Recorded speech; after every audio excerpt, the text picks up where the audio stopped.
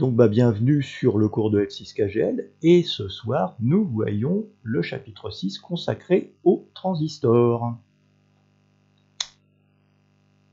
Donc petit rappel d'histoire, parce que comme vous savez j'aime bien l'histoire. Là je vous ai mis une feuille où il y a plein de... Donc je vais faire un petit zoom. Non, je vais déjà commencer par expliquer tout ça, après on va voir toutes les photos.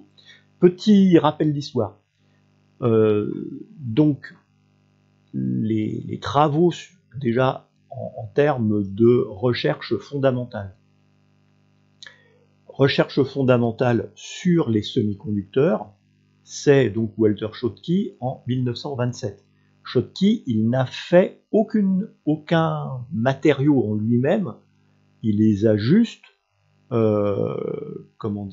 imaginés sur le papier. Et donc la véritable première diode PN, elle est mise au point dans les laboratoires Bell. Encore une fois, les laboratoires Bell. Les laboratoires Bell ont mis au point des tas de choses autour de l'électronique en règle générale. Et notamment donc la diode, et donc celui qui était à l'époque du département diode, c'était Russell Hall, qui a mis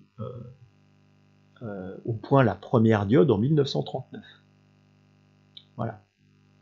C'était une grosse diode, hein. Inutile de vous dire, c'était pas un truc, c'était pas encore méthode industrielle et des petits composants comme on voit maintenant. Et puis plus tard, 1947, donc faut attendre, entre les deux, il y a quand même eu la guerre, donc ça a dû calmer aussi pas mal les recherches. Au moins il y avait autre chose à chercher que là-dedans. Et donc on a ensuite en 1947 une équipe de chercheurs, donc ce sont les trois qui sont là que je vous montrais tout à l'heure, donc Bardeen, Shockley et Brattain, qui mettent au point le transistor. Voici ici le premier transistor. On va revenir dessus après quand je vais faire un petit zoom. Et donc encore une fois ce sont les laboratoires Bell, 1947. Et donc pour cette mise au point, cette découverte, ces trois ingénieurs là reçoivent en 1956 le prix Nobel de physique. Juste un tout petit peu avant, 1954 et 55, c'est entre les deux, on a deux fabricants de radios, donc un aux États-Unis qui s'appelle Regency et un au Japon qui s'appelle Sony. Sony a été créé à ce moment-là, n'existait pas avant. Et donc ils commercialisent les premiers récepteurs AM. Alors en l'occurrence c'était petites ondes parce que comme c'était un modèle pour les États-Unis et pour le Japon, c'était petites ondes. Aux États-Unis et au Japon il n'y a pas des grandes ondes comme en Europe, donc c'était petites ondes. Donc voilà. Ici le TR1, donc ça c'est Regency. Et le TR55, ça c'est Sony.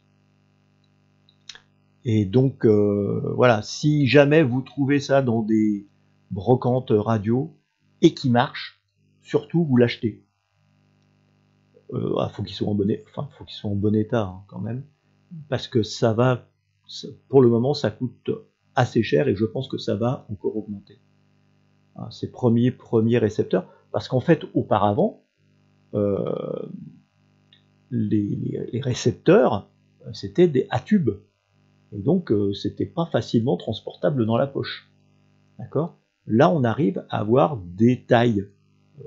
Voilà, c'est quelque chose qu'on peut amener, et en plus, comme ça marche sur pile, on peut l'amener en promenade, voilà. Ok ?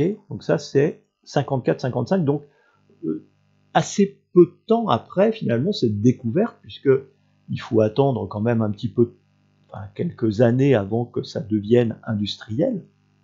Et donc ça s'est fait très rapidement, donc de 47 à 54, 7 ans. C'est très court pour développer un produit industriel à partir d'une recherche fondamentale. En 55, encore une fois les laboratoires Bell, qui font que des trucs, construisent le TRADIC, donc le Transistor Digital Computer. Donc c'est le premier ordinateur transistorisé.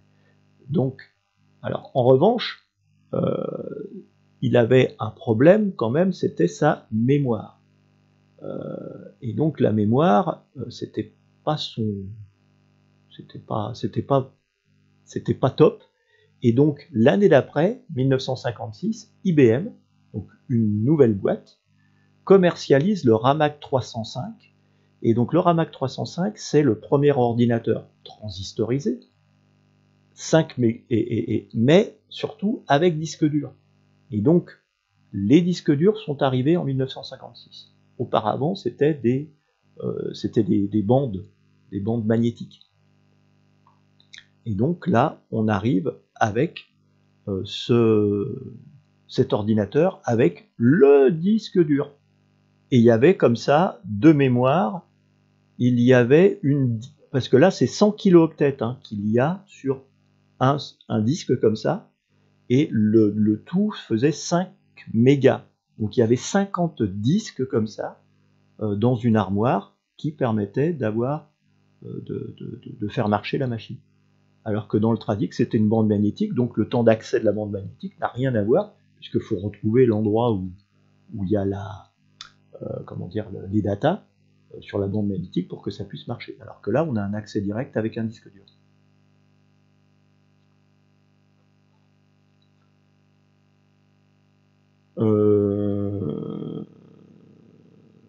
Voilà, je vais vous passer les photos quand même, parce que là, elles sont peut-être un peu petites. Alors, hop. Je vais vous passer déjà le premier. Alors, le transistor, ça c'est le transistor du labo. Et quand on regarde, je vais encore agrandir, quand on regarde ici ce transistor, en fait, ici ça c'est la base, et vous avez ici l'émetteur et ici le collecteur. Donc le schéma ici qui a été utilisé pour le transistor, c'est finalement issu de ce bricolo qui avait été utilisé pour créer ce premier transistor. C'est quand même voilà, c'est quand même assez drôle. Là donc c'est mes 3 ingénieurs qui ont trouvé, qui ont découvert, qui ont mis au point, on va dire, le transistor. Mes 2, donc le Regency et le Sony. Vous voyez, il n'y a qu'une seule bande, il n'y a qu'une seule bande. Et là, c'est les... Alors, je ne sais même pas ce qu'il indique, là, d'ailleurs. Je ne sais même pas ce qui est indiqué, si c'est la fréquence. Je pense que c'est la fréquence qui est indiquée. Voilà, et ici, c'est pareil. Donc, on tourne le condensateur, là. Donc, ça fait un 180 degrés, un demi-tour pour faire tourner le condensateur. Mon Ramac 305, donc on voit ici le disque dur, et ici l'empilement ici des 50 disques durs. Voilà, ça c'est pour quand même... C'est assez impressionnant. Quand on voit l'évolution du système. Alors, j'en étais là. Donc on en arrive maintenant à la partie cours réellement, après avoir vu la partie...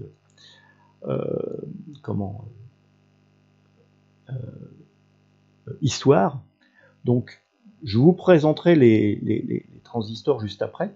Déjà, dans un premier temps, je vous présente la manière dont ça fonctionne finalement.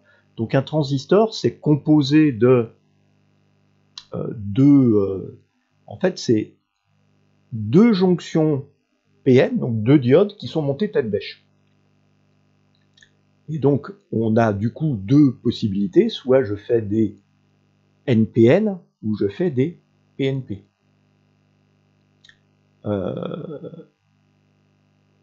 Et donc, ici, on a un système, alors c'est pour simplifier que c'est écrit comme ça, mais on reconnaît les transistors en disant soit c'est un NPN, soit c'est un PNP, selon ici l'ordre ici du cristal qui est dopé P ou N. Hein. Pour revenir à ce que c'est qu'un P ou un N, il faudra revenir sur le cours de la semaine dernière, qu'on ne va pas refaire, parce que sinon on ne va jamais avancer. Donc ici, premier élément, ça s'appelle l'émetteur, puis après la base, puis après le collecteur. Donc la base, c'est toujours quelque chose qui est très fin ici. C'est un morceau de cristal qui est très fin. Et de chaque côté, donc, on a l'émetteur et le collecteur. Sur le schéma, l'émetteur se repère toujours avec la flèche. C'est là-dessus qu'il y a la flèche. La base, bah, c'est la base, et le collecteur, bah, il n'y a rien dessus.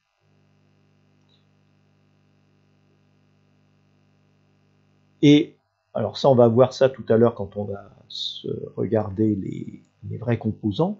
C'est que le collecteur, il est quand on a un boîtier métallique, c'est la patte qui est reliée à ce boîtier métallique. Les deux autres, elles sont décalées, et donc c'est comme ça qu'on les repère. On regardera ça tout à l'heure. Comment se souvenir du sens du transistor, parce que c'est le sens ici de la flèche qui va déterminer la valeur de mon transistor. Rappelez-vous, le courant dans une diode, ça passe dans le sens PN. Ici, donc, ici dans mon transistor, ça indique que mon courant va passer de base vers émetteur, et donc ici, je vais être P, ma base va être P, et mon émetteur N. Donc je vais être ici avec un NPN. D'accord? Si ma flèche était dans l'autre sens, ça me donnerait donc un PNP.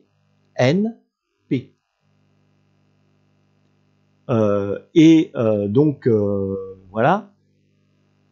Et donc, cette sens de la flèche, la méthode mnémotechnique, c'est lorsque la flèche ici ne pénètre pas, puisqu'elle sort, c'est un NPN, ne pénètre pas. Et quand elle est dans l'autre sens, donc quand elle va vers la base, elle pénètre, donc c'est un PNP. Voilà, donc c'est comme ça qu'on repère intellectuellement les NPN et les PNP. Et la différence entre un NPN et un PNP, on peut se dire, c'est le même, mais sauf qu'il va marcher complètement à l'inverse. Alors, en règle générale, ce que l'on a, alors je n'ai jamais compris pourquoi, mais je pense que c'est une histoire de fabrication, c'est que on a plus souvent des NPN que des PNP. Et en plus, il se trouve que les NPN coûtent moins cher que les PNP. Donc, est-ce qu'il y en a, comme c'est fabriqué en plus grand nombre, est-ce que c'est pour ça qu'il y a des économies d'échelle ou que c'est moins cher? Ou est-ce que c'est plus compliqué à faire un PNP qu'un NPN, et c'est pour ça que les NPN sont moins chers? J'ai jamais réussi à débrouiller le truc. Enfin, en tout cas, ce qui est certain, c'est qu'il y a plus de NPN et que la plupart des montages, alors je dis pas 100%, mais 80% des montages sont faits à partir de transistors NPN. Et comment on les monte, ces transistors NPN? Eh bien, l'émetteur doit être à une tension, on va dire, à la masse, donc à 0, une tension légèrement positive à la base. Pourquoi? C'est qu'ici, base émetteur, on a une diode, hein, n'oubliez pas, on a une diode jonction. Et donc la tension base émetteur, là, c'est 1 volt. Hein. Faut pas aller au-delà, parce que sinon, l'intensité base émetteur va être très importante, et du coup, le transistor, il va cramer, hein, comme pour une diode. Et enfin, le collecteur, lui, qui va être à une tension beaucoup plus positive que celle de la base. Voilà, donc voilà la manière dont, et évidemment, le transistor PNP, ça va être à l'envers. C'est-à-dire, l'émetteur a une tension très positive, la base a une tension moindre, tout au moins qui se rapprochera plus de la tension ici collecteur. Voilà. Donc voilà la manière dont ça va fonctionner pour mes transistors. Et donc là, tout ce que l'on va voir, c'est, on va le faire avec des transistors NPN. Et d'ailleurs, même la manip de ce soir, je vais la faire sur un transistor NPN. Alors, avant de passer aux composants, la présentation des composants, vous voyez qu'il y a différents boîtiers. Donc après, bah, enfin, à force, quand on bricole, on les connaît. Et selon le boîtier, bah, on sait que ça, c'est un boîtier CMS. Donc c'est tout petit. Hein, c'est des trucs, faut une loupe et une pince à épiler pour les positionner. Et puis après, c'est des plus gros. Ça, évidemment, plus c'est gros. Ici, c'est un boîtier en plastique, donc qui ne dissipe pas beaucoup de chaleur. Et quand on a ici des boîtiers métalliques, on va voir tout à l'heure, on peut mettre des radiateurs pour dissiper plus de chaleur. Voilà. Donc il y a différents types de boîtiers. Voilà. Je vous ai mis les principaux ici. Il y en a sûrement d'autres. Voilà. Ici, je vous ai mis les quelques transistors que je vous présentais tout à l'heure. Il y a systématiquement un détrompeur. On va en parler quand on va les voir, pour savoir où est l'émetteur. C'est un truc tout con, ça, mais c'est important. Et donc, c'est le détrompeur, parce qu'une fois que le composant il est monté comme ça sur votre circuit imprimé, vous ne voyez pas les pattes qui sont en dessous. Et donc, vous ne savez plus dans quel sens il peut être. Et donc, ça permet comme ça de savoir dans quel sens est le transistor. Et enfin, tous les transistors, il y a ce qu'on appelle des datasheets. Alors tous les transistors, c'est faux, parce que celui que j'ai là dans mon montage tout à l'heure, en fait, c'est une référence du constructeur, qui n'est pas une référence standard, et donc je ne sais pas ce que c'est. Voilà, donc je vais beau chercher sur Internet la référence qui a marqué dessus, je ne la trouve pas, parce que c'est quelque chose, c'est une référence fournisseur, qui n'est pas du tout connu, et c'est aussi quelque part fait exprès pour qu'on puisse difficilement réparer lorsqu'il faut changer le transistor. Si on ne sait pas ce que c'est un petit peu gênant. On peut pas on peut pas le remplacer du coup. Donc, si vous avez la référence du transistor et que cette référence existe, vous tapez sur internet juste 2N697 par exemple, si vous avez un 2N697. Voilà, je vais vous montrer ce que c'est. Alors, c'est Firefox. Voilà. Donc voilà, ça c'est le voilà, donc Microsemi, ça c'est un revendeur, je suppose, ou un constructeur, je sais pas. Mais voilà, il vous donne toutes les caractéristiques, donc déjà le boîtier, les caractéristiques techniques, donc les tensions maximum à utiliser, donc la tension base collecteur, la tension émetteur base, la puissance dissipée, etc., etc. Et vous avez aussi quelque chose qui est très intéressant ici, qui s'appelle le HFE, ou Forward Current Transfer Ratio. Hein, donc ça c'est ce truc-là, qui est en fait le gain du transistor. Et donc le gain du transistor, selon ici la version, apparemment il y a plusieurs versions, hein, il y a 96, 97, et puis selon ici la tension qu'on met, ou l'intensité qu'on met dedans, on va avoir des gains différents. Donc voici les gains avec le gain minimum et le gain maximum à chaque fois.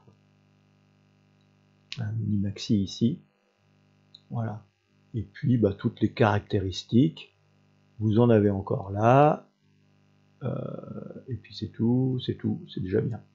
Et quelquefois aussi, vous avez des courbes de réponse des transistors. Voilà. Mais voilà, et ça, c'est valable pour tous les transistors. Donc je reviens sur mon PDF.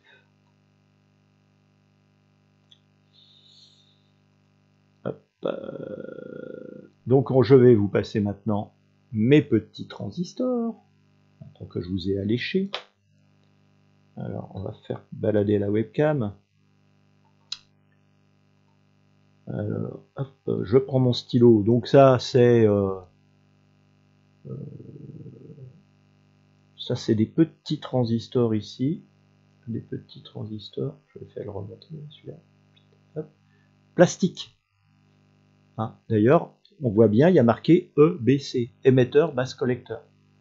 Je ne sais pas si vous voyez à la caméra, c'est peut-être mal, on ne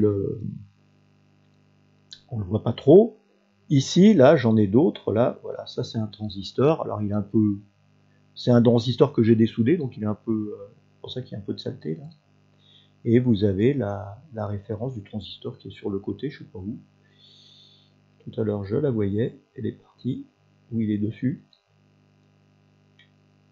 C'est peut-être dessus. Non, c'est pas celui-là, alors que j'avais regardé tout à l'heure, c'est pas grave. Voilà, donc vous avez ici d'autres petits transistors. Ici, c'est des plastiques. Donc évidemment, quand c'est plastique, évidemment, ça... Alors, je vais mettre du côté de la référence, donc à faire, c'est mieux.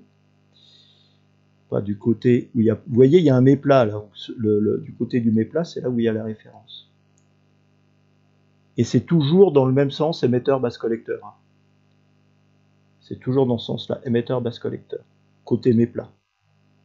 Même chose celui-là, émetteur, basse collecteur. Il n'y a rien dessus, mais il faut le savoir. Après, ça, c'est des petits transistors. Alors, il est où celui-là? Voilà. Ouais, je suis pas dans le côté. Hop. Non.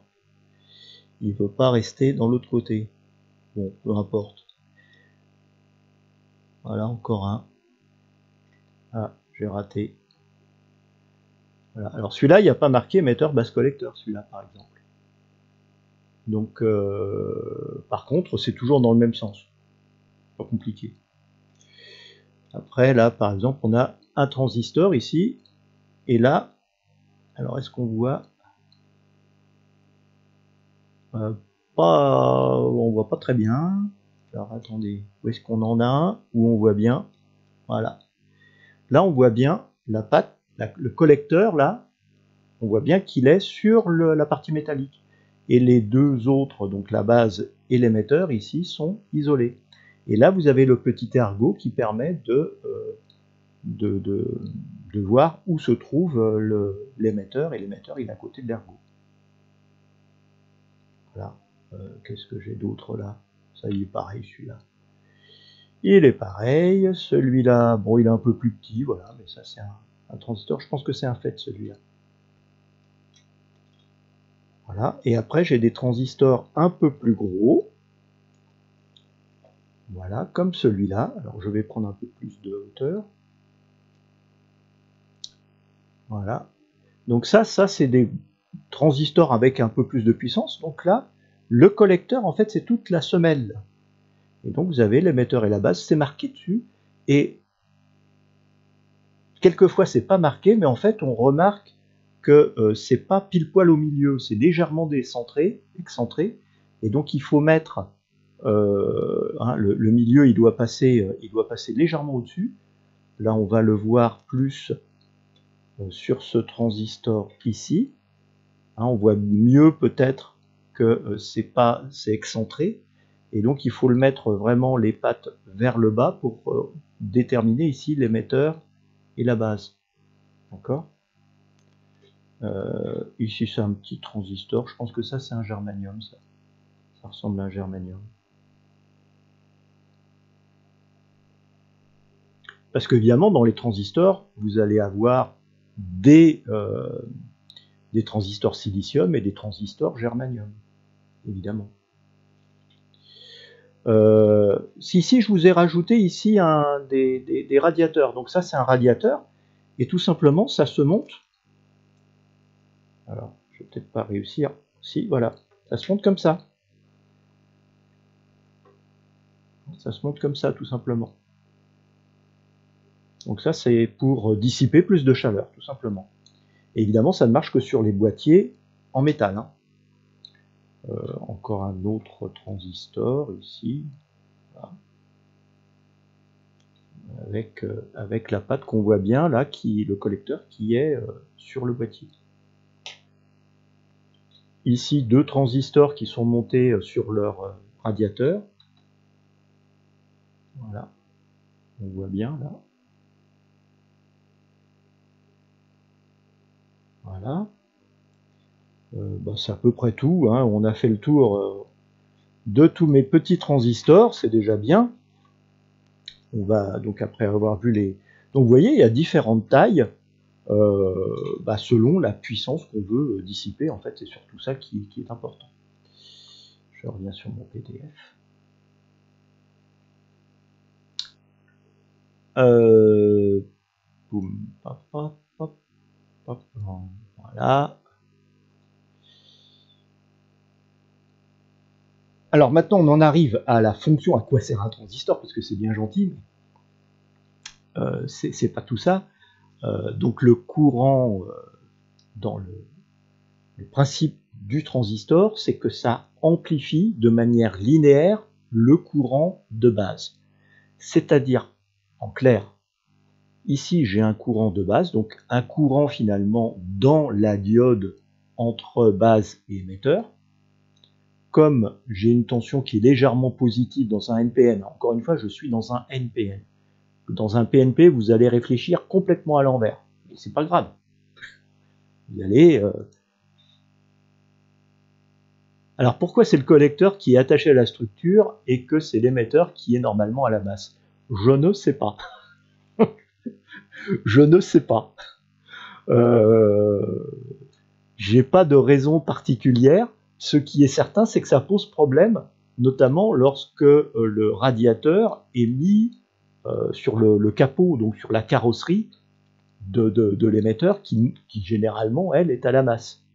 Et donc là, ça pose des problèmes, et donc il va falloir y faire un système d'isolement, ou alors utiliser un transistor, du coup, PNP, qui, par définition, aura son collecteur à la masse.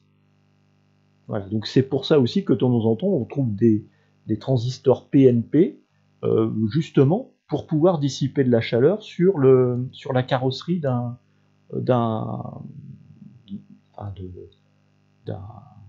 instrument ou même d'un émetteur, mais pas que. Voilà. Donc généralement les NPN ne sont pas trop utilisés, enfin même rarement, parce que du coup avec un radiateur, parce que après on ne sait pas comment isoler le radiateur du reste de la carrosserie. Donc pour revenir à mon transistor, j'ai un courant de base ici entre base et émetteur, puisque ici j'ai une diode. Hein.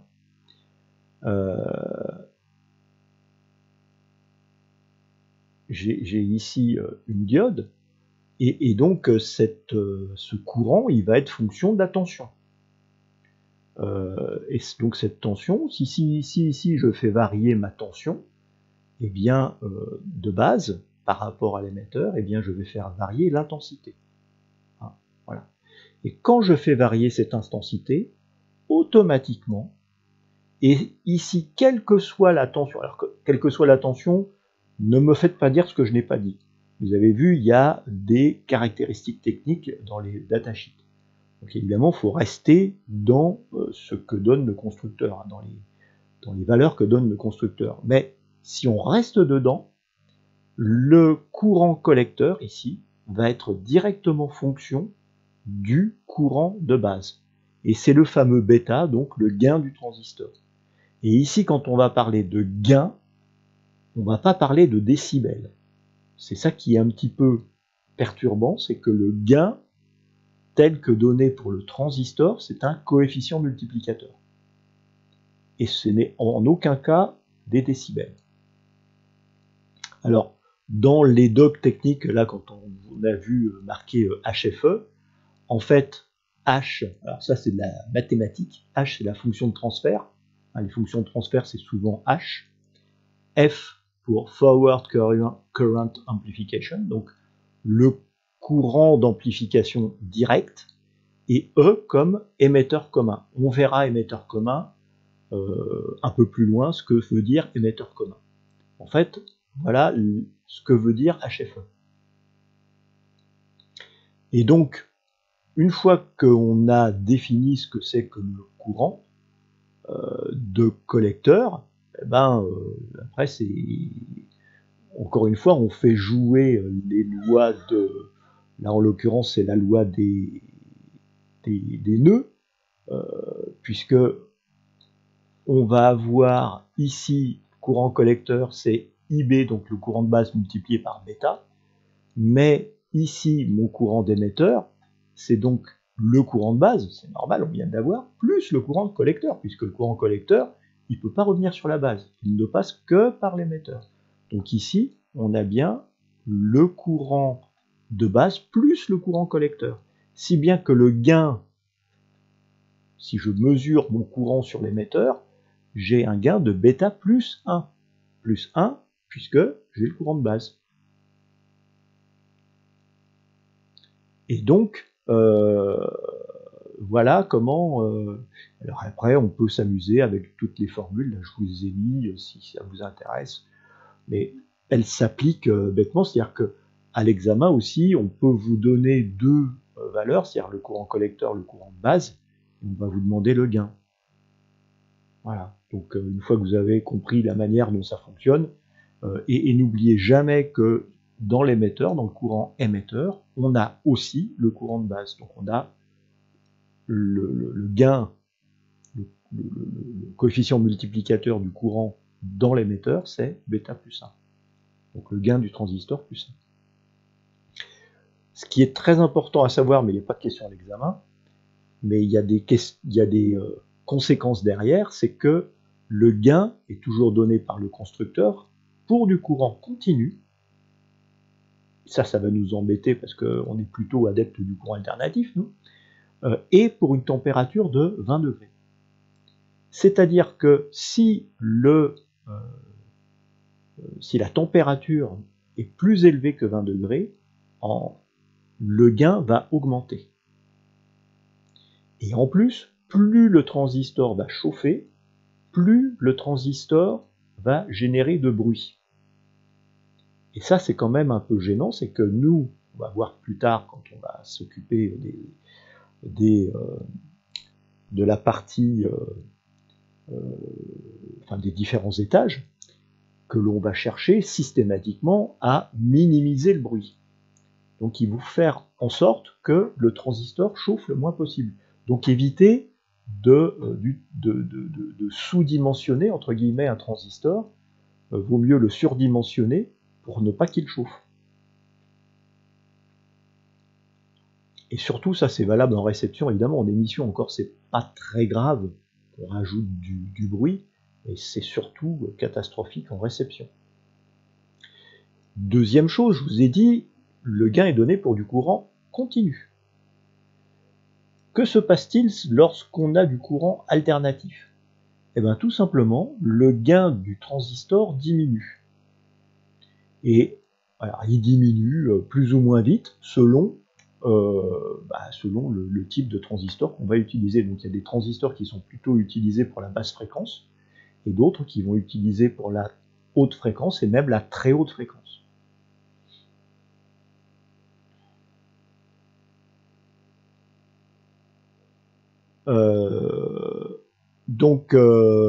Voilà. Fréquence de coupure. Alors comme un petit peu pour les circuits, comme pour les filtres, la fréquence de coupure, c'est la fréquence pour laquelle le gain n'est plus que de 70% du gain initial. Et évidemment, c'est mesuré à 20 degrés. C'est mieux. Voilà. Et ça correspond à une perte de puissance d'environ 3 décibels.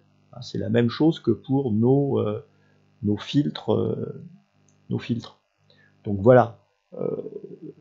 Tout ça, ça détermine les caractéristiques du transistor. Bon, pas de questions à l'examen, heureusement. Pas exagérer. Là, je vous ai mis ça, c'est pour que vous sachiez d'où vient cet effet transistor. Donc ça c'est, alors pas de chance, c'est un PNP là, que j'ai trouvé sur internet, c'est un schéma de PNP. Et évidemment, le NPN il va marcher à l'envers, mais c'est pas très grave. Donc ici donc émetteur, base, collecteur. Émetteur, il est très fortement dopé P. ma base, elle est très fine et elle est très faiblement dopée. Et mon collecteur, il est dopé pas extraordinairement bien. Que se passe-t-il lorsque je fais passer du courant? Là, donc dans mon NPN, dans mon PNP, pardon, donc dans le sens PN, ici, donc, je vais avoir des électrons qui vont se recombiner au trou qui est de l'autre côté, mais ici, j'ai pas beaucoup de trous, puisque c'est très faiblement dopé. Et qu'est-ce qui va se passer? C'est que, en fait, les électrons qui sont là, enfin les trous plus exactement, puisque c'est des P, les trous qui sont là, ils vont passer au-dessus finalement de cette base, parce que ici, ils vont trouver aucune possibilité de se recombiner avec les électrons qui sont là. Et donc, c'est pour ça que le courant de collecteur, il est directement fonction du courant de base, c'est-à-dire que plus il y a de courant de base, plus ici, il va y avoir d'instabilité au niveau de ma base, et donc plus il y aura d'électrons qui vont sauter carrément la base pour arriver directement dans le collecteur. Voilà, donc ici je vous ai mis toute la... Enfin, il n'y a pas de question à l'examen. Mais ce qui est gênant, et je le rappelle, c'est que c'est la recombinaison trou-électron qui génère du bruit. Et qui donc s'ajoute au signal amplifié. Et donc, cette recombinaison dans un transistor, alors ce transistor-là, ça s'appelle un transistor bipolaire. Pourquoi? Parce qu'il y a deux diodes, donc c'est bipolaire. On va voir d'autres transistors tout à l'heure où on n'a pas de recombinaison. C'est un autre moyen, c'est un autre type de transistor où il n'y a pas de recombinaison de trous électrons, et donc ça génère moins de bruit. En plus, les transistors germanium, pourquoi? Je suppose que la tension PN étant plus faible, ça doit moins chauffer, mais je ne suis même pas certain que ce soit ça, génère moins de bruit que ceux au silicium. Et donc pour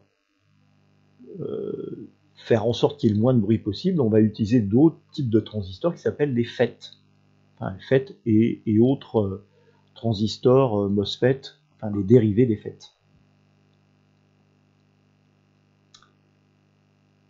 Donc, question typique à l'examen, voilà. Sur la base d'un transistor dont le gain bêta est de 80, on applique un courant de 50 microampères. Quelle est l'intensité constatée? On fait tout simplement 50 microampères multiplié par 80. Alors, faites attention juste aux multiples et aux sous-multiples, parce que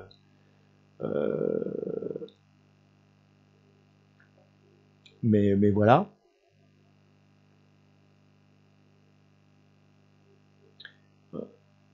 Donc, si je fais 500 multiplié par 80, ça fait 40 000 microampères, donc 40 milliampères. Et pour ceux qui aiment bien les triangles, ils peuvent se souvenir de ce triangle-là, qui permet comme ça de trouver éventuellement le gain à partir du courant collecteur et du courant de base. Donc on obtient le gain. Ou inversement, si on veut calculer le courant de base à partir du courant collecteur, eh bien on fait IC divisé par le gain bêta. J'ai oublié de dire ici, cette lettre, le B avec la petite barre là, ça c'est la lettre grecque B, enfin bêta majuscule, donc le B, qui est donc c'est le bêta du transistor, donc le gain du transistor. Ah, c'est pas mon PDF ici qui a bavé, c'est bien la lettre B, le bêta grec majuscule.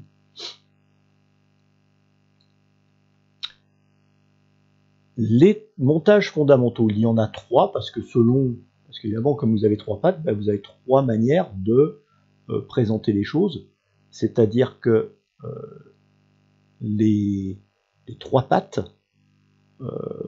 en fait, il n'y en a que deux qui sont utilisées pour envoyer l'entrée, enfin le signal d'entrée, et la deuxième pour récupérer le signal de sortie, et puis une troisième qui finalement est juste là pour dont la tension elle, est fixe. D'accord? Donc on a trois possibilités finalement pour monter un transistor. Et ces trois possibilités, elles vont donner des résultats différents, sachant que l'émetteur commun, c'est le système le plus utilisé, le plus connu. Et la base commune, c'est le moins utilisé. Le collecteur commun est un peu utilisé, on va voir pourquoi. Et ce qui est très important dans ces montages, parce qu'évidemment il y a des questions à l'examen dessus, c'est à chaque fois connaître le gain de chacun des montages, le gain en intensité, ça c'est facile, c'est le bêta, le gain en tension qui est quelque chose de très théorique en fonction des autres composants qu'il y a autour qu'on verra la semaine prochaine, et puis l'impédance d'entrée, l'impédance de sortie et le déphasage. Le déphasage, on le verra aussi la semaine prochaine. Pourquoi il y a un déphasage? Déphasage de 180 degrés, en fait, ça veut dire tout simplement que le signal de l'entrée est inversé par rapport au signal de sortie, c'est tout. Et on verra pourquoi la semaine prochaine. Donc, dans le cas de mon émetteur commun, c'est le cas classique, donc là, c'est la définition même du gain, hein, c'est dans ma définition dont je parlais ici, on va y arriver, ici où, je me souviens, je la retrouve même plus, ici, voilà, HFE, donc le gain c'est en émetteur commun, hein, common emitter. Donc le gain, tel que défini, il est valable pour l'émetteur commun, donc ce montage-là. L'entrée, je la mets ici sur la base, la sortie, je la récupère sur le collecteur, et donc mon émetteur, il est à la masse, donc avec une valeur stabilisée. Enfin, stabilisée, qui ne bouge pas. Et donc, mon entrée ici, elle se fait entre ma masse et mon collecteur, et ici, ma sortie se fait entre la masse et la sortie. D'accord? Donc, le gain, c'est bêta, hein, on vient de le dire. Le gain en tension, c'est un gain qui est moyen. Alors, moyen, ça ne veut pas dire grand-chose. Ça veut dire, grosso modo, on va dire la moitié, à peu près la moitié du gain en intensité. En fonction, encore une fois, des composants qu'on va mettre autour. Les composants qu'on va mettre autour, on va les voir la semaine prochaine. Parce que là, le transistor, il est tout seul, mais il est tout nu, hein. Il a besoin d'autres petits composants autour pour fonctionner. Et donc, c'est ces composants qui vont faire qui vont vous donner précisément le gain en tension. L'entrée, ici, l'impédance d'entrée, elle est moyenne. Alors, qu'est-ce que c'est que impédance moyenne, haute, etc. Ici, je vous ai mis les ordres de grandeur, ici, des impédances. Donc, impédance basse, c'est qu'elle est inférieure à 30 ohms. Impédance moyenne, c'est qu'elle est comprise entre 30 et 300 ohms. Impédance élevée entre 300 et 3000 ohms, et impédance très élevée, supérieure à 3000 ohms. Là, c'est l'ordre d'idée, hein. C'est savoir comment ça se comporte. Et ici, ce que j'ai mis, ici, ce sont les niveaux d'entrée avec les différentes entrées ou sorties, donc BC, basse commune, CC, collecteur commun. Donc ici, mon impédance d'entrée est moyenne en émetteur commun, et je ressors en impédance élevée en émetteur commun et avec un déphasage de 180 degrés. J'ai les deux. Lorsque je suis ici en collecteur commun, ici le collecteur, je le laisse ici à ma tension positive d'alimentation. Et mon entrée, je la laisse toujours sur ma base, et ma sortie, du coup, elle est sur mon émetteur. Au niveau du gain, en intensité, on a dit qu'on avait bêta plus 1. C'est ce qu'on a vu tout à l'heure.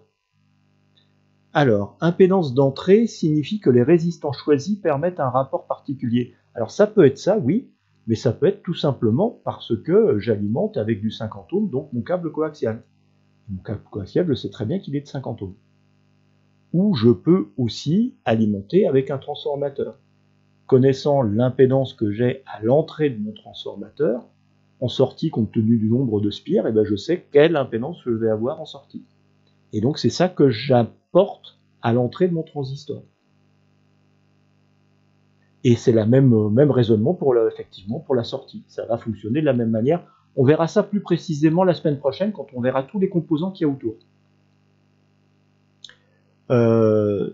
Donc mon collecteur commun, gain en intensité, c'est bêta plus 1, c'est ce qu'on a vu tout à l'heure. Il n'y a pas de gain en tension. Pourquoi? C'est qu'on voit bien ici la tension en entrée, elle va être même supérieure à ma tension de sortie. Et donc, puisque ici j'ai 1 volt, je perds 1 volt, n'oubliez pas, je perds 1 volt. Et donc, automatiquement, ma tension de sortie, elle va être plus basse que ma tension d'entrée. Et donc, j'ai pas de gain, j'ai même un gain inférieur à 1. Au niveau de l'impédance, j'ai une impédance élevée en entrée. Pourquoi élevée? C'est que comme ici, j'ai un gain d'intensité, mais pas de gain de tension, ici, du coup, le rapport d'impédance, ça va changer, ça va augmenter l'intensité. C'est tout ce que ça va faire. Mon système ici va augmenter l'intensité dans la sortie, mais ne va pas changer la tension. Et si j'augmente l'intensité, ça veut dire que je vais abaisser l'impédance. Donc, d'une impédance élevée que j'ai ici en entrée, je vais me retrouver avec une impédance basse qui va être fonction directement du gain. Alors évidemment, si j'ai un gain qui est faible du style 25, évidemment, l'écart d'impédance va être relativement faible. Et si j'ai un gain, par exemple de 100, qui est assez courant pour un transistor, je vais avoir un rapport ici entre les deux, entre mes deux impédances de 100, puisque j'ai quasiment la même tension. Et ce montage-là ne génère pas de déphasage entre l'entrée et la sortie. L'intérêt aussi de ce montage comme ça en collecteur commun, c'est que de ce fait, ici, je peux mettre mon transistor, la carcasse de mon transistor ici sur un radiateur, puisque ici ma tension elle bouge pas. Donc je vais plus facilement utiliser ce système-là avec un radiateur. Tout au moins le radiateur, je vais pouvoir le fixer quelque part alors peut-être pas directement sur ma carcasse, puisque je vais utiliser dans ce cas-là des isolants en mica pour faire l'isolement, justement, l'isolement galvanique entre les deux. Mais je vais utiliser ce système-là pour dissiper de la chaleur sur un gros radiateur. Et enfin, le basse commune qui est assez peu utilisé.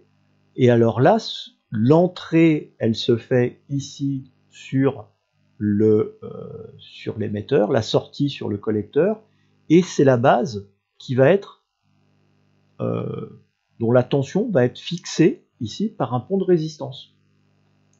Et donc une fois qu'on a réglé ici cette tension, ça ne bouge pas et c'est ce qui va donner finalement, c'est ce qui va permettre de régler le transistor, l'amplificateur.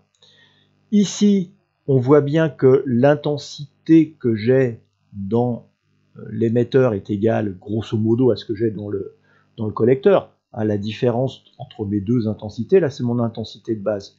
Et donc même elle est légèrement inférieure, c'est-à-dire que là j'ai plus d'intensité dans mon émetteur que dans mon collecteur.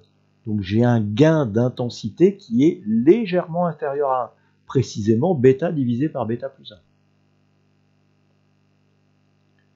Alors, comment se fait-il qu'il y ait de telles grandes impédances en sortie? C'est lié lui-même. Alors, cette impédance en sortie, c'est lié finalement au montage et aux composants qu'on va monter autour. Encore une fois, ces composants, on les verra la semaine prochaine. Donc, n'allez pas trop vite. Et ce qu'on va voir précisément la semaine prochaine, c'est plus l'émetteur commun. Parce que finalement, dans la vraie vie, ce que vous allez voir le plus souvent, c'est quand même l'émetteur commun, le collecteur commun de temps en temps, mais c'est surtout l'émetteur commun.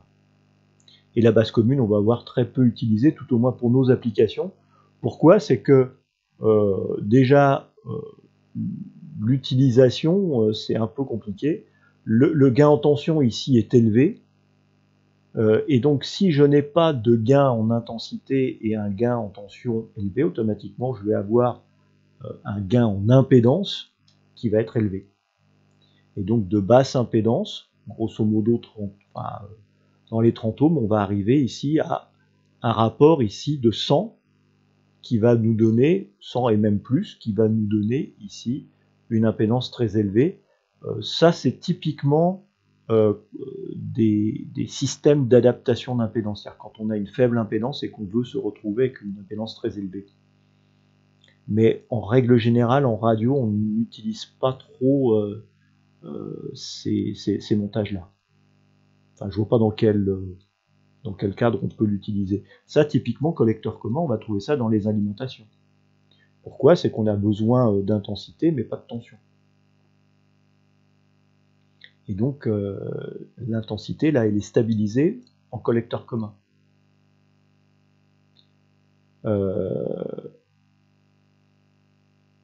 Et on va aussi les voir, ces systèmes-là, dans les amplificateurs pour alimenter un haut-parleur.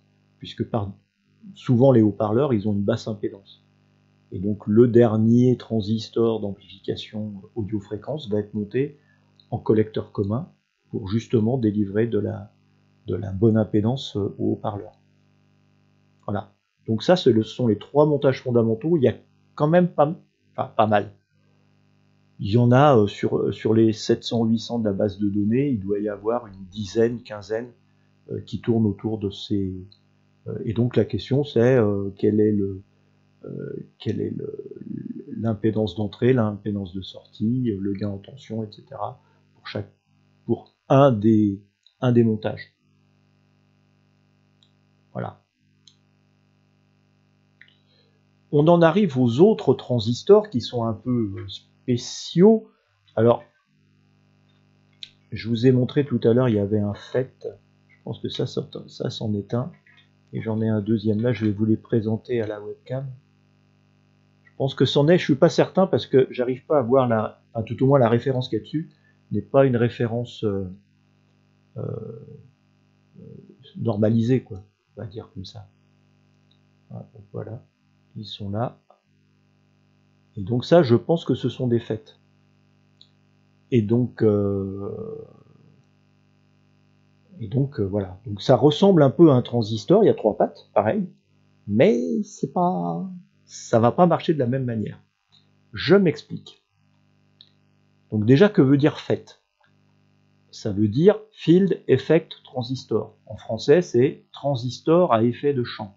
Donc en français, on devrait appeler ça des TEC, transistor à effet de champ. En fait, tout le monde appelle ça des FET. Je vous rassure. Et en fait, le système, ça s'apparente plus au tube qu'on va voir juste à la fin du cours qu'au transistor jonction. Pourquoi? C'est que ce qui commande... Alors, le but ici comment c'est foutu déjà, en fait, c'est plus simple à expliquer. Comment c'est foutu? C'est un barreau ici de type N, donc ça c'est un FET canal N, parce qu'il y a aussi évidemment des FET canal P, automatiquement. Hein, c'est comme les transistors, ça peut marcher dans les deux sens, mais la plupart des FET fonctionnent avec un canal N. Et donc il y a un canal avec autour une bague qui s'appelle la porte, gate en anglais, Et donc ça a donné un mot en français, on appelle ça grille, mais c'est pas une grille, c'est gate. Donc c'est une mauvaise traduction du G anglais. Et donc là, j'ai un courant qui va passer ici dans mon canal N, et lorsqu'ici je mets une tension négative sur ma porte, j'ai bien dit négative, ici j'ai donc une jonction PN, et j'ai ma barrière de potentiel là qui va grossir au fur et à mesure que ma tension ici devient négative. Et plus elle est négative, plus ici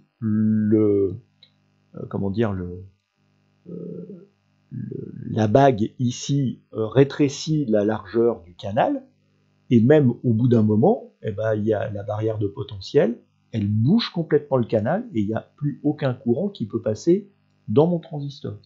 Donc, par rapport à mon transistor bipolaire, où c'était l'intensité de base qui fait varier l'intensité collecteur, là c'est la tension sur la porte qui fait varier l'intensité.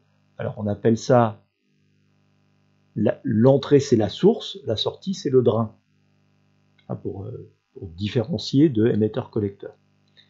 Et donc l'intensité de drain, elle va être fonction de la tension sur la porte. Et donc, alors c'est pas un coefficient multiplicateur, ça s'appelle une pente. Voilà comment ça se représente.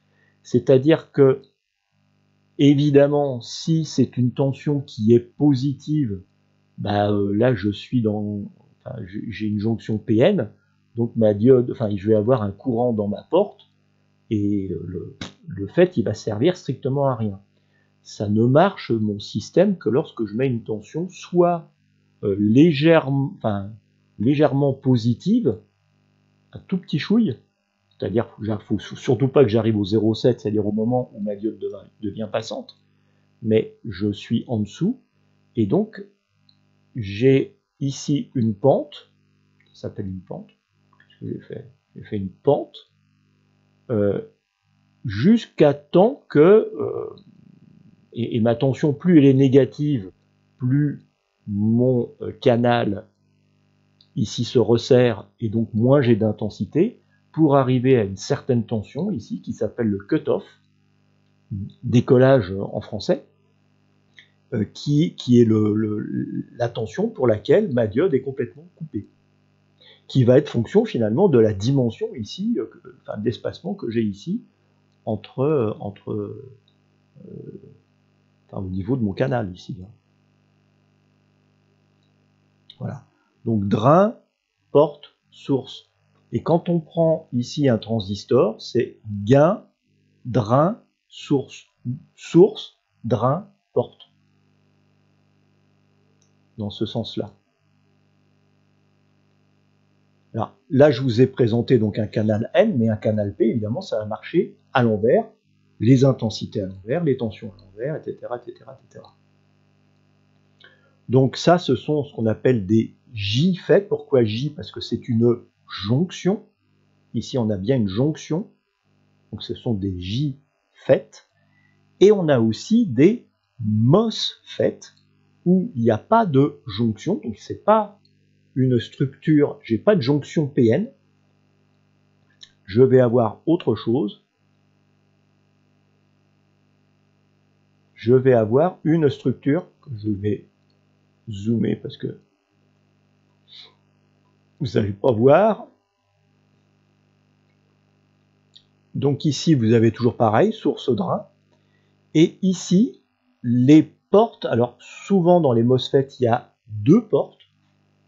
Pourquoi? C'est que vous allez avoir la possibilité de régler le gain, la pente, grâce ici à la tension d'une des portes. C'est-à-dire que vous allez mettre le signal amplifié sur une porte, et sur la deuxième porte, vous allez définir à l'aide de la tension, tout simplement, la pente de votre MOSFET. Évidemment, encore une fois, tout va dépendre des composants que vous mettez autour de votre transistor. Ici, donc, vous avez une structure. un substrat P, donc la base. Ici, N. Donc ici, Pn, ça ne peut aller, enfin, ici, la jonction Pn ne peut aller que dans ce sens. Donc le courant ne peut aller que dans ce sens. Le problème, c'est que ici, on va avoir une tension positive et ici, une tension 0 volt ici et une tension positive ici. Si bien que là, je ne vais avoir jamais de courant Pn dans ce sens-là. En revanche, ici, je vais faire en sorte, sur mes portes, d'envoyer ici une tension négative.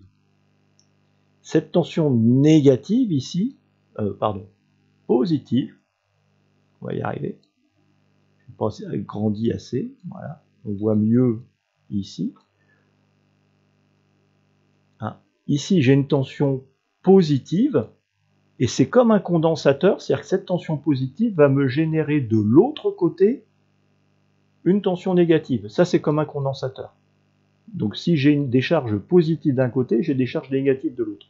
Comme j'ai des charges négatives ici dans un substrat P, ça va faire en sorte que le courant entre ici la source et le drain va pouvoir passer. Et donc plus j'ai une tension ici positive, plus ici elle sera négative, et donc ici plus ça va passer entre ma source et mon drain. Et donc là, encore une fois, je n'ai pas de recombinaison. C'est juste ma barrière de potentiel qui est plus ou moins repoussée et qui donne plus ou moins ici de passage au courant. Alors effectivement, un MOSFET, ça peut être comme un JFET programmable. On peut dire comme ça, mais c'est pas exactement les mêmes choses. Les MOSFET sont plus utilisés en règle générale pour dissiper de la chaleur. Les JFET sont plus utilisés pour des petites puissances. Et puis il y a des applications spécifiques aussi pour les MOSFET, notamment mélangeurs, qu'on verra quand on fera les étages HF plus loin. Voilà ce que c'est un JFET. Donc, et comment c'est représenté? C'est représenté comme ça. Donc la drain, la source, le drain, et ici mes deux portes, G1, G2. D'accord? Et ça, donc, c'est un substrat P, et donc ma flèche, là, elle est comme un PNP. Elle pénètre, puisque c'est un substrat P. Et puis vous avez aussi, encore une fois, des MOSFET qui sont montés dans l'autre sens, et donc avec un substrat N, et donc la flèche, elle va être dans l'autre sens. Donc quand on fait quand on monte un schéma, de toute façon, on prend la référence qui est indiquée, c'est le plus simple, plutôt que de se creuser la tête.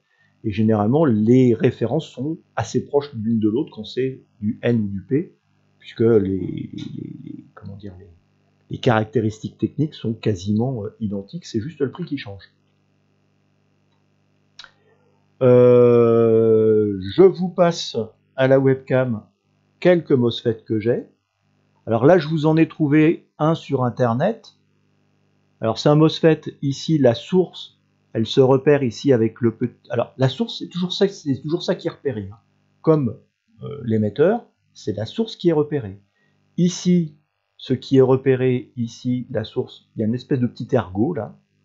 Le drain est plus long et les deux portes ici, les deux gates, elles ont la même longueur.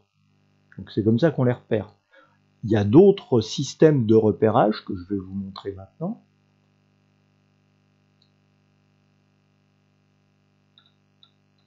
Voilà. Donc ça c'est un petit MOSFET. Alors, le repérage, il est où? Il y en a un. Voici. Alors, en bas, vous voyez c'est la source qui est en bas, parce que la broche là, elle est légèrement biseautée. Légèrement. À la webcam, je ne sais pas si trop ça se voit, mais voilà, donc elle est légèrement biseautée, et donc la source en bas, le drain en haut, et de chaque côté on a les deux portes. D'accord? Avec la référence, la CS124, je ne sais même pas ce que c'est parce que je n'ai pas trouvé ce que c'était. Puis là, vous en avez un autre qui ressemble étrangement. Alors, ça ne bouge plus. C'est aussi un CS124. Et donc, qui est pas exactement fait pareil. Mais voilà. C'est pas exactement les mêmes dimensions. Alors, la plupart du temps, c'est vendu. Je reprends un peu de hauteur. C'est vendu dans des petites boîtes comme ça. Je mets la webcam. Voilà, je fais mon ISO au point. C'est vendu dans des petites boîtes comme ça, tout simplement parce que ces composants, autant le transistor jonction, c'est pas très sensible, je dirais, mais ces transistors-là sont très sensibles notamment à l'électricité statique. Donc c'est pour ça qu'on les vend comme ça dans une petite boîte pour pas que le statique, notamment de la main par exemple, vienne cramer la jonction qu'il y a à l'intérieur. Voilà. Donc ça, c'est pas des MOSFET de puissance, évidemment, quand on voit ça. Ça, c'est certain. Mais vous en avez d'autres qui sont beaucoup dans des boîtiers beaucoup plus gros qui permettent de faire de la puissance. Je reviens sur mon PDF. Autre transistor. Alors, il y a des questions à l'examen dessus. Le transistor unijonction, problème, il est absolument pas utilisé par les radioamateurs. En fait, on va surtout les trouver, ça, dans les moteurs, enfin dans les commandes de moteurs, notamment des machines à laver, ce qui permet de faire varier la vitesse du tambour, par exemple. Maintenant, ils sont de plus en plus remplacés par les thyristors, qui a une fonction à peu près semblable. Voilà. Et donc, ce transistor unijonction, c'est en fait c'est une base, il y a un signal d'entrée avec deux bases, et c'est l'équivalent un petit peu d'un thyristor. Un thyristor, en fait, c'est, d'ailleurs on va le voir juste après, c'est une diode qui hache, en fait, qui à partir d'une certaine tension, elle est passante, et elle reste passante tant qu'il y a du courant dedans. Et le transistor unijonction, c'est un petit peu ça. Voilà. Donc le transistor unijonction, ça s'appelle aussi le transistor à deux bases. Pourquoi? Parce qu'il y a la base 1, la base 2 et l'émetteur, il n'y a pas de collecteur. Voilà. Et évidemment, la question d'examen, c'est comment s'appellent les broches d'un transistor unijonction. Voilà. Et évidemment, dedans, les réponses, on a évidemment émetteur, base, collecteur. Ça aurait été, c'est le piège le plus classique. Le thyristor, pas de question à l'examen dessus. En fait, c'est une diode qui devient passante lorsqu'on applique une tension dessus. La tension, on l'applique ici sur la cathode. Donc les broches d'un thyristor s'appellent anode, cathode, gâchette. Voilà, donc anode, cathode, c'est entrée-sortie, et gâchette, c'est ce qui permet de le faire marcher.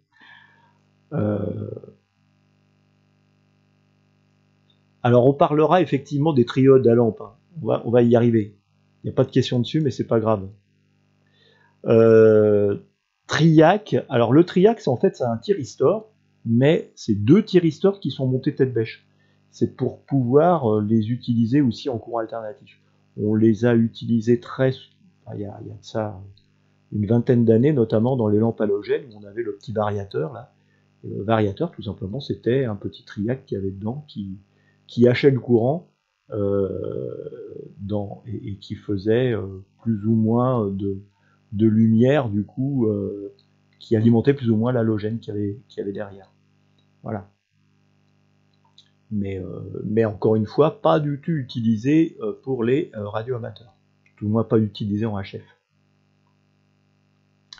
On en arrive au diode. Alors, au programme de l'examen, on n'a qu'une seule diode.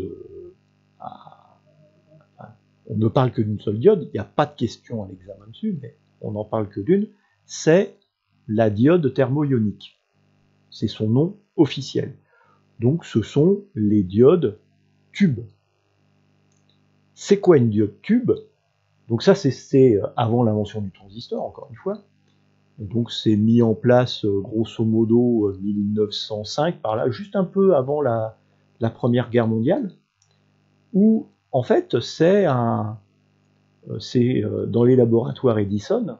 Edison, donc c'était les ampoules d'éclairage, hein. Et donc bah, ils font des recherches, machin, et ils tombent sur un phénomène bizarre. C'est-à-dire qu'ils s'aperçoivent que quand on fait chauffer le filament de l'ampoule d'éclairage et qu'on met à proximité quelque chose, quelque chose de métallique, on peut récupérer un courant dessus et le courant a toujours le même sens. Donc c'est quand même, voilà. Donc, on trouve ça et on se dit bon, à quoi ça peut servir? Ça ne sert pas trop. Mais ça vient après où on se dit mais c'est pas mal, ça permet comme ça de redresser le courant alternatif. Hein, donc voilà. Et donc on développe ces diodes thermoioniques. Donc on a un filament de chauffage. Ici, ce que l'on appelle une cathode, donc c'est un morceau métallique qui est un peu traité de manière à ce que on émette plus facilement des électrons. Donc en fait, les électrons sont éjectés finalement de la cathode. Et ici, elle est reliée au moins à la cathode, donc elle est ici, c'est générateur d'électrons. On a le filament ici. Ce filament chauffe la cathode. Mes petits électrons qui sont sur la cathode, ils ont tendance à partir de la cathode, et à côté de la cathode, on met ce qu'on appelle une plaque, une anode, et donc on retrouve d'ailleurs les mots utilisés dans la diode. Hein. Et donc cette anode, on la relie au plus, et on va s'apercevoir qu'il y a un courant ici entre cathode et anode. Et plus la tension de plaque est importante, plus l'intensité est importante. Voilà, c'est assez con comme truc. Et donc cette anode, à cause de sa forme, parce que concrètement c'est une plaque, hein, c'est une plaque de métal qui est autour de la cathode et qui finalement récupère les électrons qui sont émis par la cathode. Voilà. Et donc le tout est mis dans une ampoule, en règle générale en verre, mais aussi on en trouve en céramique. Et dans cette ampoule, évidemment, on a le vide, le principe même de l'ampoule d'éclairage, de la lampe d'éclairage de Thomas Edison. Voilà, donc quand ça c'est le schéma d'une de ces vieilles lampes. Alors, quelquefois aussi, on n'a pas de cathode, de vraie cathode, en fait, on a le filament qui sert finalement de cathode. Voilà, c'est le filament qui est traité d'une manière spéciale, qui sert de cathode, et donc on a la plaque juste à côté qui récupère le courant. Bon. Jusqu'à présent, donc on a redressé du courant, on est content. Et 3 ans après, on a un certain Lee de Forest qui a l'idée, alors je ne sais pas comment ça lui est venu, de rajouter ici entre plaque et cathode une grille de commande. Et quand on dit une grille, c'est une vraie grille. Donc c'est du petit grillage qu'il y a autour. Et sur ce petit grillage, il met une tension légèrement négative. Ce qui veut dire que mes électrons qui sont émis par la cathode et qui sont attirés ici par l'anode, finalement, ils sont un petit peu gênés de retrouver cette grille ici qui les perturbe et qui les empêche de passer. Et évidemment, plus j'augmente ici ma tension, plus mon courant ici va être limité. On va retrouver un petit peu ce que l'on a vu dans le FET, dans le transistor effet de champ. Et donc, voilà, donc ça c'est l'invention de monsieur Lee de Forest, et ce tube, il appelle ça l'audion. Pourquoi? Parce que ça sert à amplifier de l'audio. Et derrière, on a le haut-parleur, tout simplement. Et donc, voilà comment est né. Alors évidemment, comme on a maintenant 3 éléments, hein, je vous avais dit la semaine dernière, Odos, la rue, la voie, diode, 2 voies, et ben, si on met 3 ici broches, ça fait une triode, tout simplement.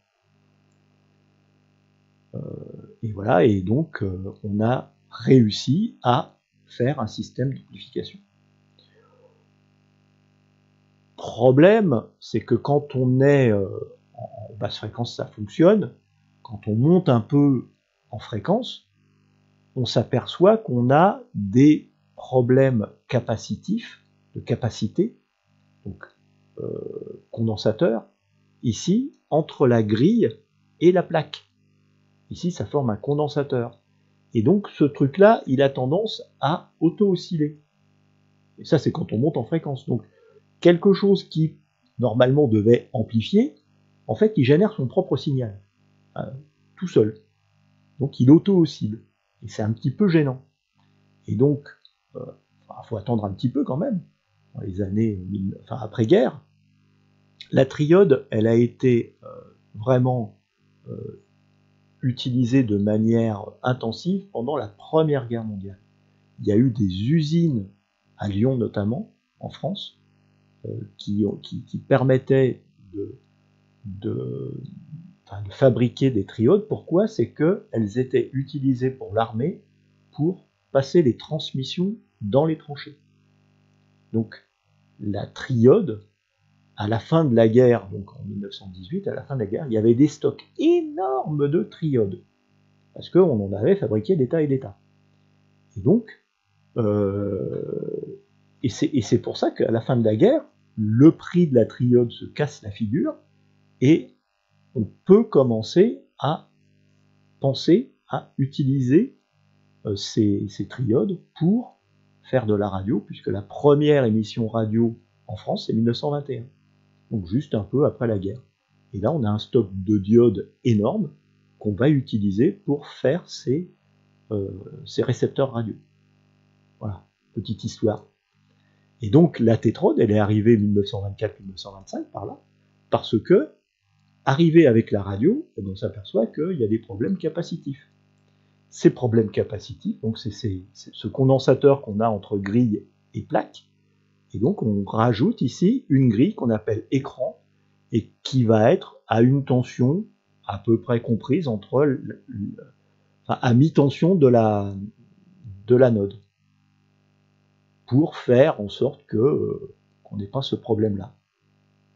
Alors il y a d'autres systèmes aussi qui consistent ici à mettre un condensateur entre la plaque et la grille pour éviter pour limiter cette capacité parasite, tout au moins pour la détourner, pour la mettre ailleurs. Voilà, une fois qu'on a fait ça, eh bien, on s'aperçoit que, parce qu'entre-temps la technique a évolué, on fait augmenter les tensions, etc., etc. Et du coup, dans ma tétrode, qu'est-ce qui se passe? Mes électrons, ils passent donc la grille de commande normale, ils passent la grille écran, mais la tension est assez importante du coup, parce que le fait de rajouter cet écran, là, je suis obligé de rajouter de la tension sur ma plaque, sur mon anode. Et donc, mes électrons, ils arrivent ici, plein pot. Ils arrivent sur la plaque, et pas de chance, ils arrivent tellement vite qu'ils rebondissent, et paf, ils reviennent sur l'écran.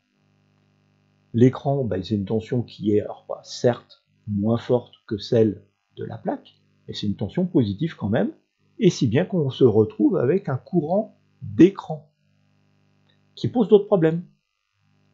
Et donc, on arrive à la solution de la pentode. Donc là, tétrode, il y en a 4 des broches. Pentode, il y en a 5. Et donc, on rajoute la grille suppresseuse qui a une tension ici égale à la tension ici de la cathode. Si bien que les électrons, une fois qu'ils sont arrivés sur la plaque, ils ne reviennent plus en arrière. Voilà, tout ça pour ça. Donc, vous avez tous ces tubes-là existent encore.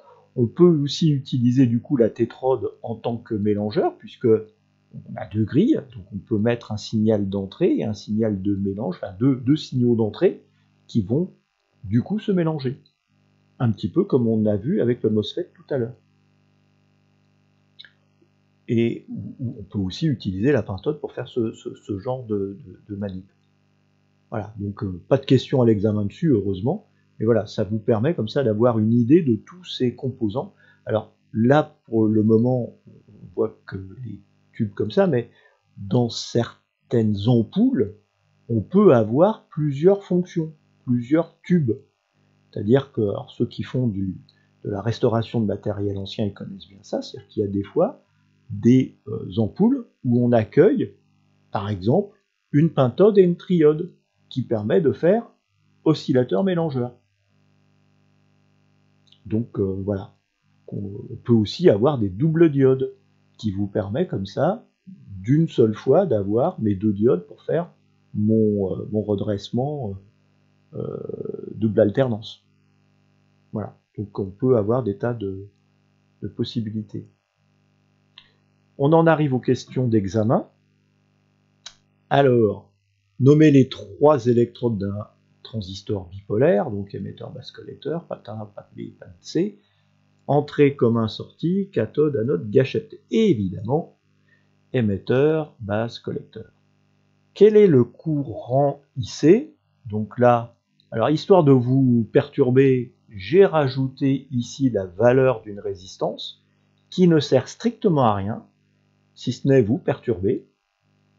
Et donc, il suffit de multiplier mes 12 microampères par 150. Et alors, ça fait quoi? Ça fait 1,8 milliampères, puisque ici, ce sont des microampères. Ah, donc, ça fait 1800. 1800 microampères, c'est 1,8 milliampères. Et là, quel est le gain du transistor? Donc, encore une fois, il y a plein de composants qui ne vous servent à rien. Ici, une résistance sur la base, ici, une résistance sur le collecteur qui ne sert à rien. Et ici, si j'ai 100 mA sur le collecteur et 101 mA sur l'émetteur, c'est que j'ai 1 mA qui provient ici de mon émetteur. Et donc, le gain, c'est 100 mA divisé par 1 mA, donc 100. Tout simplement. Et donc, encore une fois, les valeurs ici de mes résistances qui viennent, c'est ce qu'on verra la semaine prochaine, hein, mais qui viennent compléter le système, faire le circuit, eh bien, elles ne servent strictement à rien si ce n'est que vous perturber. Voilà les réponses. On n'est pas trop mauvais.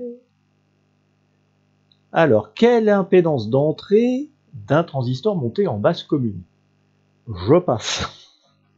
Parce que il y a quelques questions dessus, Et voilà, il y a des trucs, il y a pas mal. Je pense qu'il vaut mieux plutôt s'attacher aux formules que ce genre de trucs, parce que sinon on s'en sort pas. Comment nomme-t-on les 3 électrodes d'un transistor à effet de champ FET? Donc une base, un émetteur, un collecteur, une anode, une cathode, une gâchette, un émetteur et 2 bases, un drain, une porte et une source. C'est le dernier. Le premier, ça c'est un transistor bipolaire. Le deuxième, c'est donc un triac ou un thyristor. Émetteur à deux bases, c'est un transistor unijonction. Et donc, drain, porte et source, c'est, qui ne se gère pas dans le bon sens, mais enfin, j'aurais dit drain, source et porte, mais enfin bon, voilà. Et nommer les électrodes d'un transistor unijonction, donc c'est les mêmes réponses, évidemment, c'est l'émetteur et deux bases.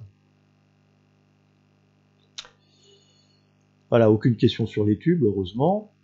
Et ben on en arrive au montage de la soirée. Alors je fais un peu de ménage. Alors je vous montre déjà ce que je vais faire.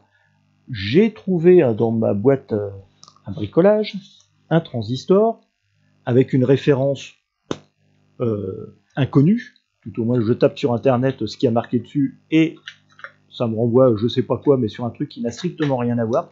Je crois que c'est une bagnole ou un truc comme ça, donc donc c'est sûrement pas ça. Et donc bah, j'essaye de trouver les caractéristiques de mon transistor. Et ce qui va m'intéresser, c'est notamment son gain. Alors ça va pas trop me donner le gain à la fréquence. Enfin, si j'augmente la fréquence, donc si je suis en HF, ça va pas trop me donner le gain.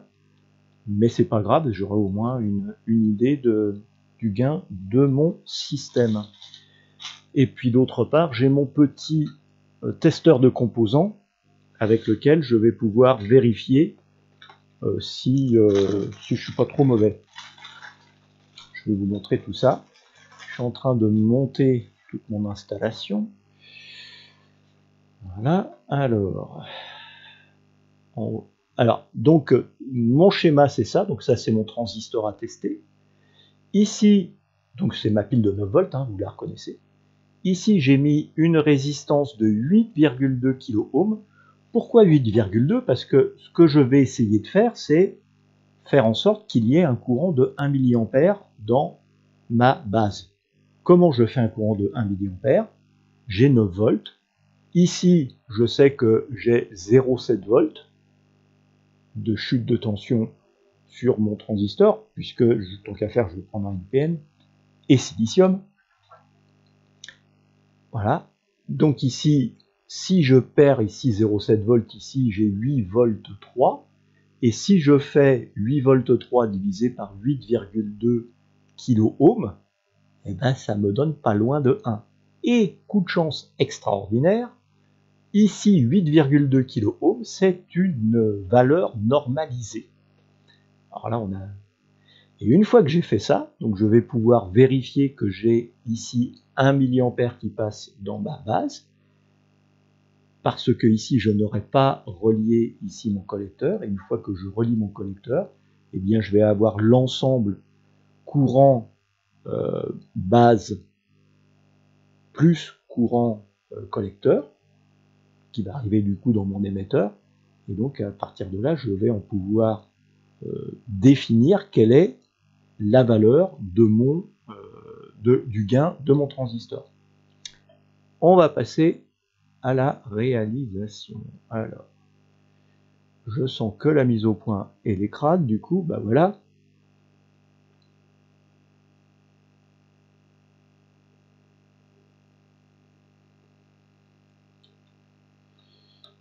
Alors, hop.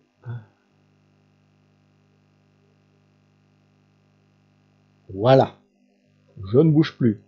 Alors, mon transistor, il est là, vous l'avez vu. Ici, donc ici, ça c'est pour me relier ici l'émetteur, ici au moins finalement.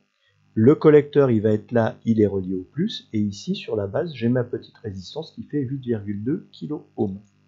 Ok, j'ai ma petite pile qui est là. Ma pile, je mets le plus sur le plus. Voilà. Ici, je mets en route mon voltmètre. Et je mets, alors premièrement, je ne mets pas ici le collecteur en route. Je vérifie que j'ai bien 1 mA, j'ai un tout petit peu plus. Alors je pense que c'est dû à ce que ma pile, elle est à peu près neuve et donc elle fait plus que 9 volts. Donc voilà, mais j'ai un tout petit peu plus que 1 mA, donc je suis bon. Et là maintenant, tout simplement, en mesurant l'intensité, puisque j'ai 1 mA, c'est facile à diviser par 1, ça je sais faire, j'ai pas besoin de sortir ma calculette. Donc je rajoute ici le courant collecteur, puisque je fais mon contact, et là maintenant j'ai combien? J'ai 53, 54, 54, 55 d'ailleurs, 56. Alors, remarquez que ça augmente. Alors, pourquoi que ça augmente? Je suis un peu embêté parce que du coup ça fait que d'augmenter. Pourquoi ça augmente? Et bien tout simplement parce que mon transistor il commence à chauffer. Et comme je vous ai dit tout à l'heure, il commence à chauffer parce qu'il y a de l'intensité qui passe dedans. Et comme je vous ai dit tout à l'heure, plus le transistor chauffe, plus le gain augmente. Donc là, il est en train d'augmenter tout doucement. Et puis à un moment, ça va se stabiliser parce qu'il sera monté en température. Et donc, il ne bougera plus. C'est pour ça que dans les anciennes réglementations, on vous disait toujours de mesurer finalement la variation de fréquence au bout de 30 minutes de chauffe.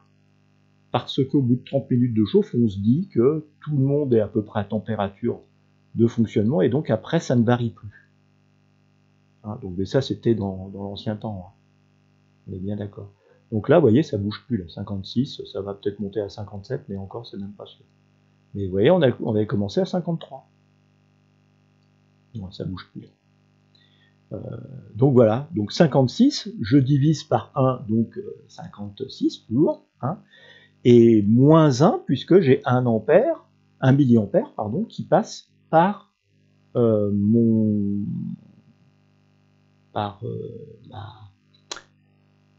base, et donc le gain de mon transistor, là, est de 55, finalement. Je retire 1, le gain l'intensité qui passe dans ma base. Voilà. Je pense que c'est clair. Voilà, ça bouge plus. On va arrêter la démo là. Et je vais vous remontrer maintenant mon petit testeur de composants. Donc je retire ça. Je garde la pile pour le faire marcher, mon testeur de composants. J'arrête ça. Le testeur de composants, le voici, le voilà. Mon joli testeur de composants, je mets la pile en fonction. Hop. Mon transistor.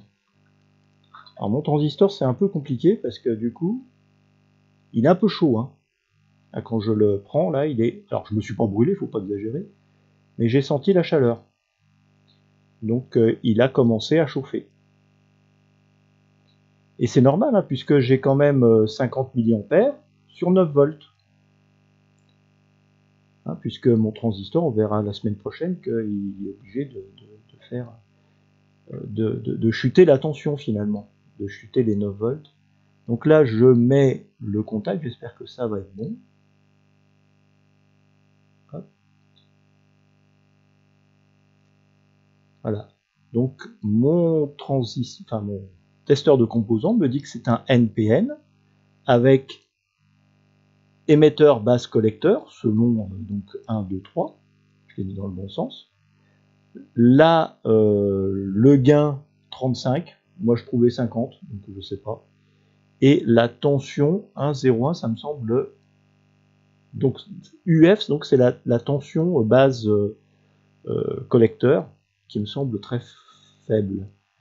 Je vais le relancer parce que Tout à l'heure, de mémoire, il était à 730 millivolts. Donc si ça se trouve, mon testeur là, j'ai mal fait le test. Voilà, 791 millivolts, ça me va mieux. Et le gain est toujours de 35, qui me semble faible, mais voilà. Mais encore une fois, cet instrument ne me donne pas à quelle fréquence, quelle est la fréquence de coupure de mon transistor. Voilà. Je reviens sur mon PDF. Hop. Allez, je vais passer après. Voilà, bah je vous souhaite à tous un très bon week-end et à la semaine prochaine. Bye bye.